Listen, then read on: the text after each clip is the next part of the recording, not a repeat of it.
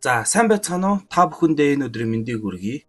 За миний хувьд бүх цаг үеийн хамгийн гоё, хамгийн кул гэж боддог үзэх дуртай нөгөө 7 хоног бүр нэг ангийг нь хүлээж үзэж өссөн гэдэл ярих юм ихтэй галзуу анимыг хүргэх гэж байна. Би бүр одоо хэрэн дахин эхнээс нь үздэг тийм л гоё аними заяа.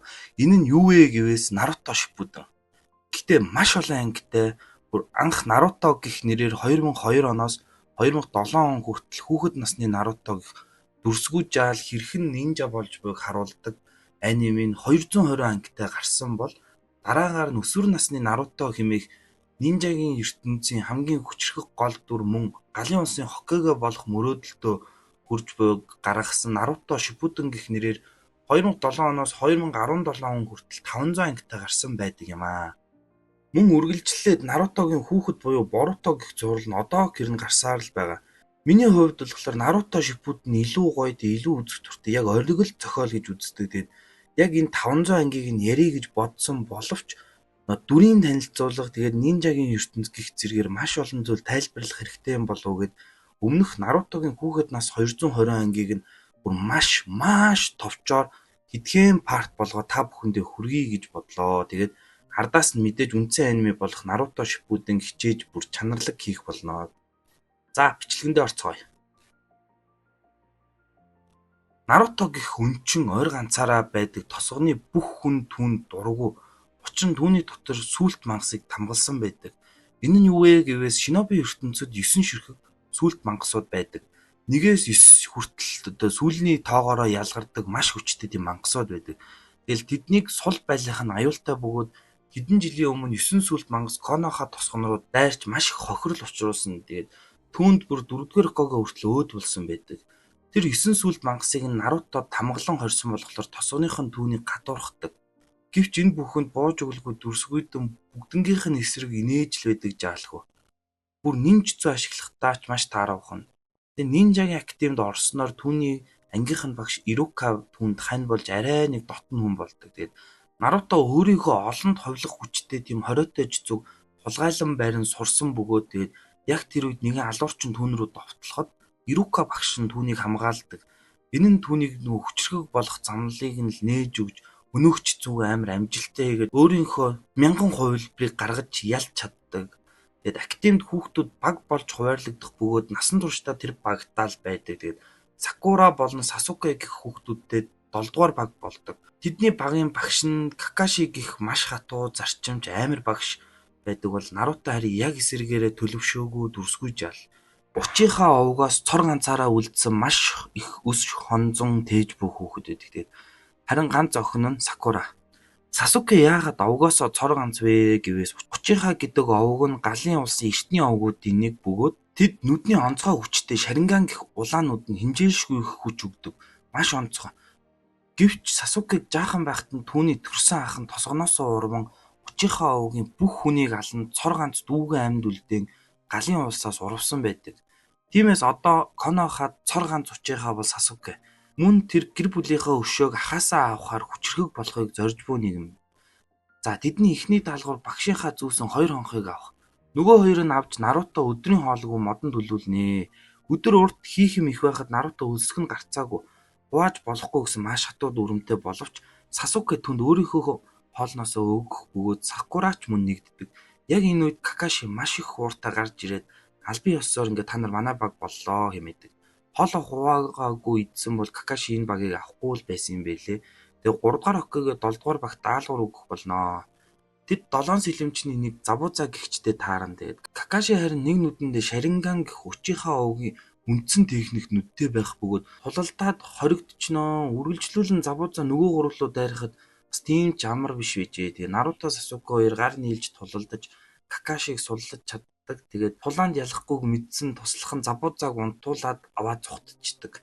Тэгээ гүүр барьж буй Мужаныг хамгаалах даалгавартай тэр эдийг явсан ойгуур Мужаны охин руу дайрах боловч ашгүй Наруто маань унтаад хоцорсон байж таарад охиныг хамгаалж чаднаа.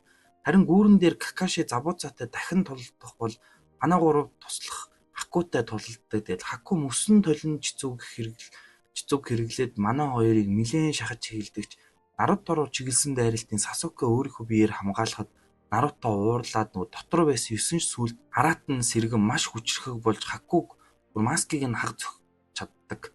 Нөгөө талд Какаши ч мөн Забузаг ялж дайрахт нь Хаку урдуур нь орж хамгаалаад харамсалтайгаар өөд болдог. Гэтэл тэднийг хөсөлсөн яг дайснууд нь ирэхэд Хакуг алдсан Забуза маш ихээр уурлан тэдний эсрэг тулнаа. Боссыг нь ялж чадсан Забуза маш олон сүлбүүлж мөн адил Хакугийн араас яван оддог. Наруто харин тэдний араас гашууд заарал тэд даалгавар амжилттай дуусгаж чаддаг. Ийхүү баахан даалгавар биелүүлж явсаар хүчрхэгч болж эцэст нь чүнийн гих цол зэрэглэлийн төлөөх шалгалт болно. Улс бүхэн яг адил системтэй байдаг бөгөөд тэд академи төгсөөд гинийн тэгээд чүнийн, жонийн тэгээд улсын удирдагч буюу Каге гих цолны системтэй. Галын улсын хувьд Каге нь Хокага гэж байдаг. За харин улс бүр тойрог маягаар энэ шалгалтууд нь явагддаг нь энэ удаад Коноха тосгонд болжмоо юм. Тиймээс бусад улсын тосгодоодоос ирсэн академийн хүүхдүүд ирж шалгалт өгдөг. Эхний шалгалт бичгэн тест байх бөгөөд Наруто маань арайчууд авнаа. Дараагийн даалгавар нь багаар өрсөлдөн хуйлаасыг авахар ойд өрнөх бол энэ үед Орочимаро гэх урвагч нинжа тэдэнтэй тулалддаг. Шалтгаан нь юу вэ гэвэл Сасуке тэмдэг тавин өөртөө нэгдүүлэх байдаг. Тэгээд муухай могоошиг нэг тийм хурж ирсэн Сасукег хазан тэмдэглэснээр цухтааж амждаг. Тэр хараалт тэмдэг идэвхжих үед хүчтэй л болох юм байна лээ. За тэгээ манай хоёр ухаангүй байхад нь шалгалтанд орж буй нөгөө шиноби нар дайрахад тэдний нэг анги болох Рок Ли ирж хамгаалж тулалддаг. Нинжцүү ашиглаж чадахгүй ганц тайцуу л ашигладаг.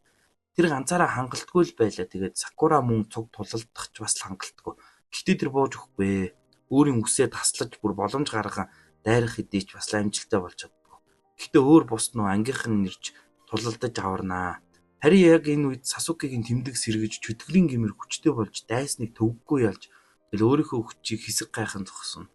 Энэ хүчил байхад би овгийнхоо өшөөг авч чаднаа л гэх. Сакура харин Сасуке сэтгэлдээ бөгөөд тэд амжилттай дайралтыг нь хязгааж чаддаг. Харин Кабуто хуйлаасыг нь хулгайлж авч явснаар тэд хойноос нь хөөж бусад шиноби нартай тололдож амжилттай буцаан авч ирж 2 дугаар шатаад авч чаддаг. 10 дугаар баг, 8 дугаар баг, 3 дугаар баг, мөн Кабутогийн баг, тэгээд нууц ил тосхон, нууц дуу тосхон мэдээж 7 дугаар баг гэхэд амжилттай давсан байдаг. Нинжагийн ертөнцийн 5 үндсэн улстай. Үүнд галын улс, нууц навч тосхон буюу Коноха, Каге нь Хокаге, салхины улс, нууц илс тосхон буюу Суна, Каге нь Казакаге, хаянгын улс, нууц өвөл тосхон буюу Кумо, Каге нь Райкаге, газрын улс, нууц чулуу тосхон буюу Ива, Каге нь Цучикаге, усны улс, нууц манан тосхон буюу Кири, Каге нь Мизукаге гэх үндсэн 5 том улс тосгод байдаг. Мөн өөр ч олон жижиг тосгод улсууд байдаг л та. За энэ хүрээд өнөөдрийн бичлэгээ өндөрлөе. Хэдхэн парт нь багтаагаад ярих болохоор үйл явдлыг нь нэлээд шахаж байгаа шүү. Харин дараагийн Наруто Shippuden маш гоёор чанартай ярихыг хичээх болно. Мэдээж урт. За тэгээ бичлэг таалагдсан бол лайк болон subscribe дарж надад урам зориг болгон өгч дэмжээрэй. Баярлалаа.